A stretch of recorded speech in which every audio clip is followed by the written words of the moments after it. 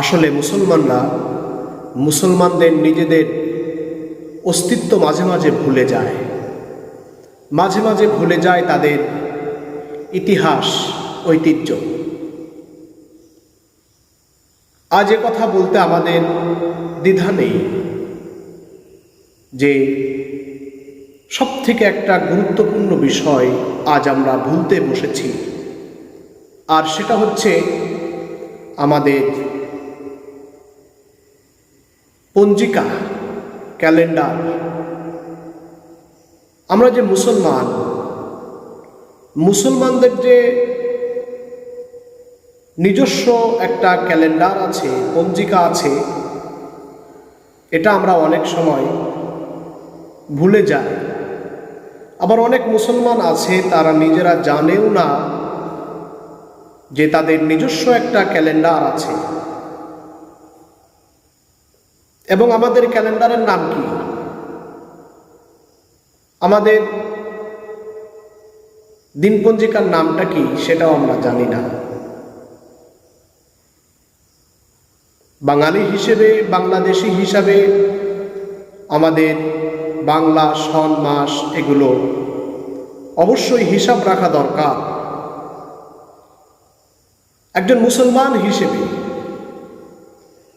আমার তো আমাদের নিজস্ব যে ধর্মীয় ক্যালেন্ডার আছে সেই হিসাবটাও রাখা দরকার। কিন্তু আমরা আজ সেটা ভুলতে বসেছি। আল্লাহ সুবহানাহু ওয়া তাআলা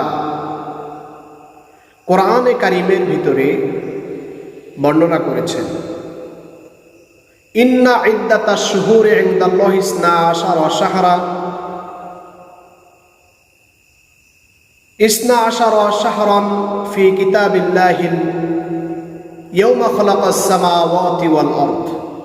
আসমান এবং পৃথিবীর সৃষ্টির দিন থেকে আল্লাহ সুবহানাহু ওয়া তাআলার হিসাব অনুযায়ী আল্লাহ তাআলার কিতাবে, আল্লাহ তাআলার বিধানে মাসের সংখ্যা 12টি। আল্লাহ সুবহানাহু ওয়া তাআলা বলেন, মিনহা আরবাআতুন হুরুম, তার ভিতরে 4টা মাস সম্মানিত মাস।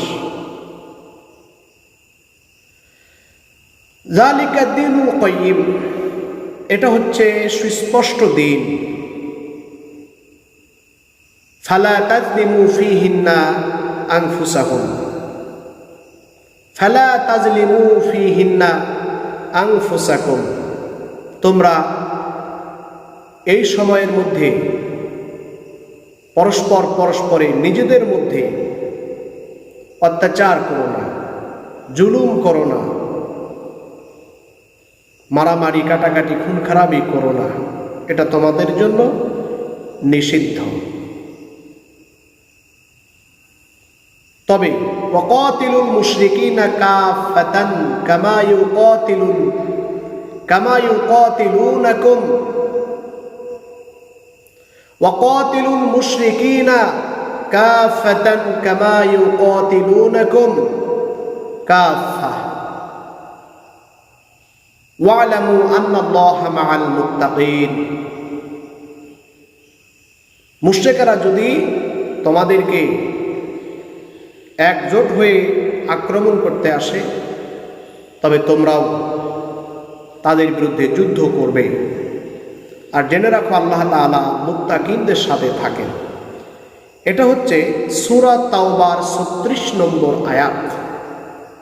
তো এই আয়াত থেকে আমরা জানতে পারি যে আল্লাহ সুবহানাহু ওয়া তাআলার কাছে হিসাব অনুযায়ী এক বছরে 12টা মাস, একটা বছর 12টা মাস, এবং সেই 12টা মাসের মধ্যে 4টা মাস হচ্ছে সম্মানিত। আর এই সম্মানিত মাসে মুসলমানেরা নিজেরা নিজেদের ভিতরে মারামারি করতে পারবে না, ঝগড়াঝাটি করতে পারবে না, নিষিদ্ধ। কারণ এই 4টা মাস সম্মানিত মাস। এখন কথা হচ্ছে যে আল্লাহ সুবহানাহু ওয়া তাআলা 12টা মাসের হিসাব দিলেন এবং 4টা মাসকে সম্মানিত করলেন।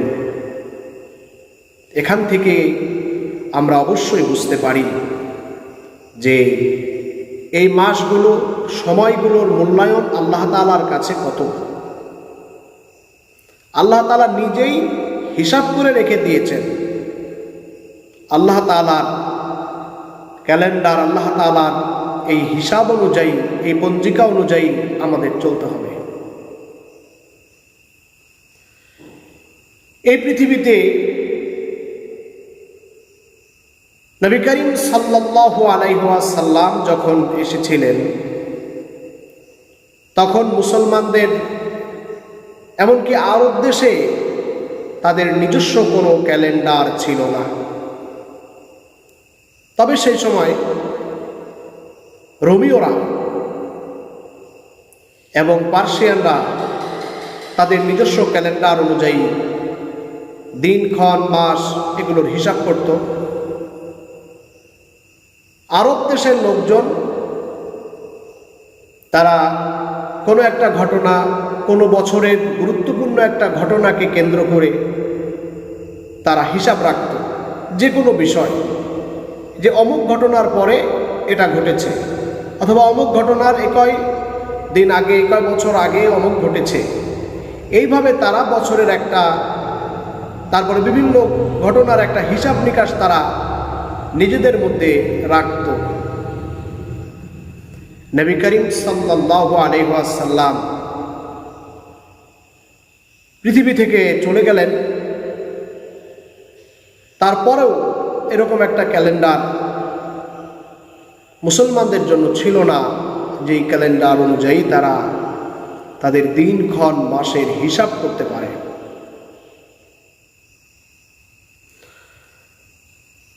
যাই হোক, উমর রাদিয়াল্লাহু তাআলা আনহু যখন খেলাফতে, উমর রাদিয়াল্লাহু তাআলা আনহু ছিলেন ইসলামের দ্বিতীয় খলিফা। উমর রাদিয়াল্লাহু তাআলা আনহু যখন খেলাফতে, সেই সময় হযরত আবু মুসা আশআরী রাদিয়াল্লাহু তাআলা আনহু তিনি গভর্নর ছিলেন। তো সরকারি বিভিন্ন হিসাব কিতাব লিখতে পড়তে তারিখক্ষণ, সময় এগুলো উল্টোপাল্টা হয়ে যেত। তিনি খলিফার কাছে চিঠি লিখলেন, খলিফাতুল মুসলিমিন, মুসলমানদের জন্য এমন একটা ক্যালেন্ডার, দিনপঞ্জিকার ব্যবস্থা করা হোক, যেই ব্যবস্থার মাধ্যমে আমরা আমাদের এই অফিস আদালতের বিভিন্ন কাজকর্ম, সন, তারিখ এগুলো যেন ঠিকঠাক মতো দিতে পারি, কোনো ভুল যাতে না হয়, এরকম একটা ব্যবস্থা করা জরুরি। তা না হলে প্রতিনিয়তই আমাদের বিভিন্ন বিষয় স্মরণ রাখতে, মনে রাখতে সমস্যা হয়ে যাচ্ছে। ওমর রাদিয়াল্লাহু তাআলা আনহু মিটিং কল করলেন, উপস্থিত হলো সাহাবায়ে কেরাম, সলা পরামর্শ চলল। কেউ পরামর্শ দিল যে রোমান পার্সিয়ানদের যে ক্যালেন্ডার আছে, সেই ক্যালেন্ডার অনুযায়ী আমরা আমাদের এই সমস্ত অফিস আদালতের কাজকর্ম করব। কিন্তু অনেকেই নিজস্ব একটা জাতিসত্তার পরিচয় দিল, বলল যে না, আমরা মুসলমান, আমরা নিজেরা নিজেদের মতো করে ক্যালেন্ডার তৈরি করতে চাই, নিজেরা নিজেদের মতো করে আমরা সন, মাস, বছরের হিসাব করতে চাই। এই ব্যাপারে আমরা কারো কাছে শরণাপন্ন হতে চাই না। এই সিদ্ধান্তের উপরই সবাই সিদ্ধান্ত নিল, শেষ পর্যন্ত মুসলমানরা নিজেদের ক্যালেন্ডার তৈরি করবে। তখন উমর রাদিয়াল্লাহু তাআলা আনহু খলিফা ছিলেন, তিনি বললেন, তা আমরা যদি আমাদের নিজস্ব ক্যালেন্ডার তৈরি করতে চাই, তাহলে কিভাবে শুরু করা যায়? আপনারা আপনাদের সলা পরামর্শ দিতে থাকুন। তখন কেউ কেউ বললেন যে নবী করিম সাল্লাল্লাহু আলাইহি ওয়াসাল্লামের মিলাদ জন্মদিন থেকে এই ক্যালেন্ডারটা আমরা শুরু করব। কেউ কেউ বলল যে নবী করিম সাল্লাল্লাহু আলাইহি ওয়াসাল্লাম যখন থেকে নবুয়ত পেয়েছেন সেই নবুয়তের থেকে আমরা শুরু করি। আবার কেউ কেউ পরামর্শ দিল যে নবী করিম সাল্লাল্লাহু আলাইহি ওয়াসাল্লাম যেদিন হিজরত করেছেন সেই হিজরতের সময় থেকে আমরা শুরু করি। আবার কেউ বলল নবী করিম সাল্লাল্লাহু আলাইহি ওয়াসাল্লাম যখন মারা গেলেন, ইন্তেকাল করলেন, ওফাত হয়ে গেল আল্লাহর নবী, সেই সময় থেকে আমরা আমাদের এই সাল, আমরা আমাদের এই আরবি সনটা শুরু করি। হযরত আলী রাদিয়াল্লাহু তাআলা আনহু তিনি অনেক যুক্তি প্রমাণ পেশ করলেন হিজরতের সেই সময় থেকে, মানে হিজরত যখন হয়েছিল সেই সময় থেকে যেন সাল গণনা শুরু হয়। এর পক্ষে জোরালো দলিল প্রমাণ ব্যাখ্যা বিশ্লেষণ দিতে লাগলেন। খলিফাতুল মুসলিমিন ওমর রাদিয়াল্লাহু তাআলা আনহু খুব খুশি হয়ে গেলেন এবং সকলের পরামর্শের ভিত্তিতে এই সিদ্ধান্তে উপনীত তারা হলেন যে যেহেতু হিজরতটা হক এবং বাতিলের মধ্যে পার্থক্য করে, আর নবী করিম সাল্লাল্লাহু আলাইহি ওয়াসাল্লাম তার সাহাবায়ে কেরাম নিজেদের সব সুখ আহ্লাদ সব কিছু ত্যাগ করে নিজের দেশ ভিটামাটি ছেড়ে শুধুমাত্র ইসলাম প্রতিষ্ঠা করবার জন্য, দ্বীন প্রতিষ্ঠা করবার জন্য হিজরত করেছিলেন। এটা যেন মুসলমানেরা আজীবন মনে রাখে এবং সে অনুযায়ী যেন তারাও তাদের কার্যাবলী সম্পাদন করে, এই দিক বিবেচনা করে খলিফাতুল মুসলিমিন ওমর রাদিয়াল্লাহু তাআলা আনহু এই সিদ্ধান্তে উপনীত হলেন যে হিজরত থেকে এই আমাদের আরবি সন শুরু হবে। তারপরে এবার কোন মাস থেকে শুরু করবে, যেহেতু মাস তো 12টা, ইসনা আশারা শাহরা, আল্লাহ তাআলার কিতাবে লিখিত আছে মাস কয়টা? 12টা। কোন মাস থেকে শুরু করা যায়? কেউ কেউ পরামর্শ দিল রবিউল আউয়াল মাস থেকে শুরু করা হোক, যেহেতু রবিউল আউয়াল মাসে হিজরত হয়েছে। আবার কেউ কেউ বলল যে রমজান মাস থেকে শুরু করা হোক, কারণ রমজান মাসে কোরআন নাজিল হয়েছে। আবার কেউ কেউ বলল যে মুহররম মাসে শুরু করা হোক, কারণ মুহররম মাসটা হচ্ছে বছরের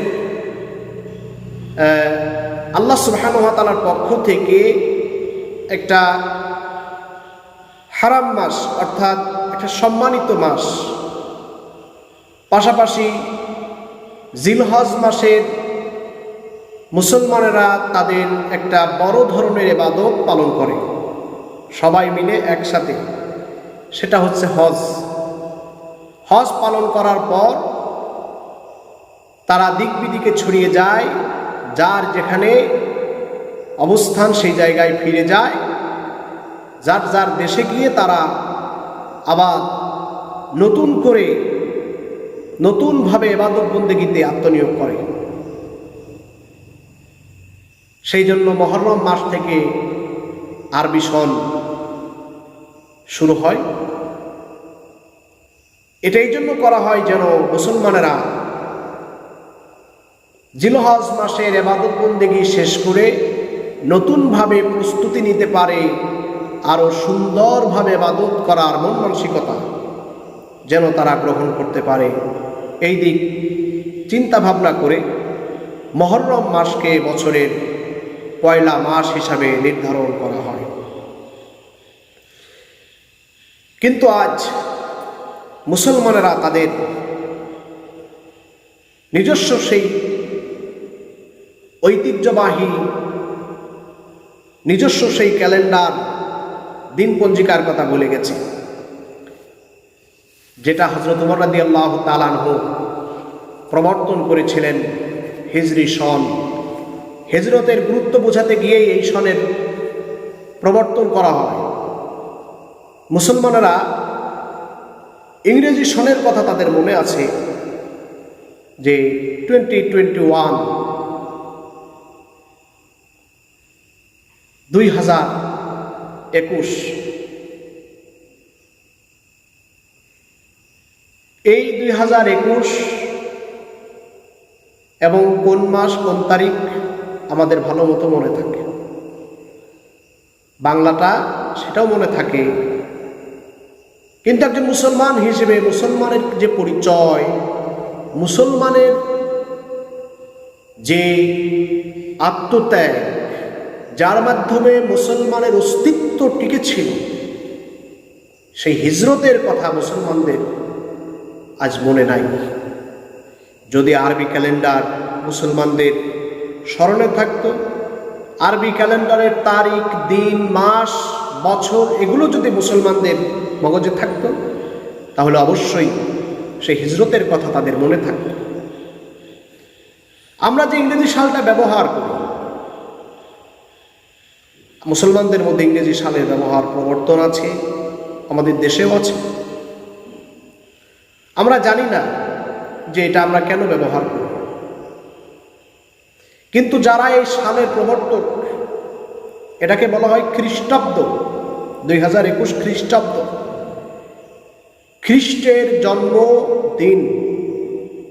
যারা খ্রিস্টান ধর্মের লোক, তারা তাদের যীশু খ্রিস্টের জন্মদিনকে স্মরণে রাখার জন্য এই সাল প্রতিষ্ঠা করেছে এবং তারা মনে করে যে প্রতি বছর একটা করে সাল পরিবর্তন হবে, এর মাধ্যমে তারা তাদের যীশু খ্রিস্টের কথা স্মরণে রাখবে। মুসলমানেরা সেটা ব্যবহার করে অফিস আদালতে উঠা বসায়, চলাফেরায়, তাদের বিভিন্ন কাজকর্মে। কিন্তু মুসলমানদের যেখানে অস্তিত্ব, যার মাধ্যমে মুসলমানেরা তাদের মুসলমানিত্ব পেয়েছে, মুসলমান হওয়ার মতো যোগ্যতা অর্জন করেছে, মুসলমান বলে নিজেদেরকে দাবি করে, যে হিজরতের মাধ্যমে আল্লাহর নবী দিন প্রতিষ্ঠা করার পক্ষে, দিন প্রতিষ্ঠার জন্য যে হিজরত করেছিলেন সাহাবায়ে কেরাম, যেটা করেছিলেন, সেই ইতিহাস আজ আমরা স্মরণে রাখতে পারি না, মনে রাখতে পারি না। কিন্তু এটা আমাদের জরুরি ছিল। মুসলমানেরা তাদের নিজস্ব সম্পদ একটা একটা করে সব হারাতে বসেছে। আমাদের এখন থেকে নতুন করে ভাবতে হবে, চিন্তা ভাবনা করতে হবে। আমরা আরবি সালকে আমাদের নিজেদের ব্যক্তিগত স্বার্থে স্মরণে রাখব, কারণ এই সাল যদি আমরা স্মরণে রাখতে পারি, তাহলে আমাদের হিজরতের কথা মনে থাকবে। হক এবং বাতিলের মধ্যে দ্বন্দ্ব হয়েছিল, বাতিলেরা হককে দাবিয়ে দেওয়ার জন্য চেষ্টা করেছিল, কিন্তু যারা হকের পক্ষে ছিলেন, তারা তাদের নিজেদের ভিটে মাটি, ঘর বাড়ি, সম্পদ, স্ত্রী, সন্তানাদি, সুখ আহ্লাদ সব কিছু ত্যাগ করে শুধুমাত্র হকের পথে থাকার কারণে তাদের নিজস্ব দেশ থেকে বিতাড়িত হতে বাধ্য হয়েছিলেন। তারপরেও হক থেকে বিন্দু মাত্র সরে যান নাই। এই সিদ্ধান্ত আজ আমাদেরও নিতে হবে। আরবি সন প্রত্যেক বছর আসে আমাদেরকে এই কথা স্মরণ করিয়ে দেওয়ার জন্য। সাহাবায়ে কেরাম এই জন্য এটার প্রতিষ্ঠা করেছিলেন, মুসলমানেরা যেন হিজরতের কথা মনে রাখে, মুসলমানেরা যেন নবী করিম সাল্লাল্লাহু আলাইহি ওয়াসাল্লামের সেই কষ্টের কথা যেন স্মরণ করে।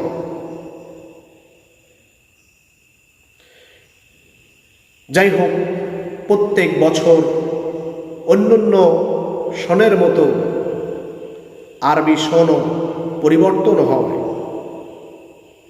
1442 চলে গিয়ে 1443-এ পদার্পণ করল। মুহররম মাস দিয়ে বছর শুরু হলো। একটা বছর শুরু হওয়ার মানে এই না যে আমরা এক বছর পুরাতন ছিলাম, এমন না, এবং এক বছর পর আমাদের সামনে নতুন কিছু আসে, এটা এমন না। আমাদের প্রত্যেক দিনই নতুন নতুন ভাবে আমাদের জীবন প্রতিষ্ঠিত হয়, তৈরি হয়। আল্লাহ সুবহানাহু ওয়া তাআলা কোরআনে হাকিমের মধ্যে বলছেন যে হুয়াল্লাযী ইয়াতাওয়াফাকুম বিল-লাইলি ওয়া ইয়া'লামু মা জারাহতুম বিন-নাহার সুম্মা ইয়াব'আসুকুম ফীহি লিয়াকদা আজালুম মুসাম্মা। আল্লাহ সুবহানাহু ওয়া তাআলা তিনি রাতের বেলায় তোমাদের মৃত্যু ঘটায় দেন, দিনের বেলায় তোমরা যা করো তিনি তা জানেন।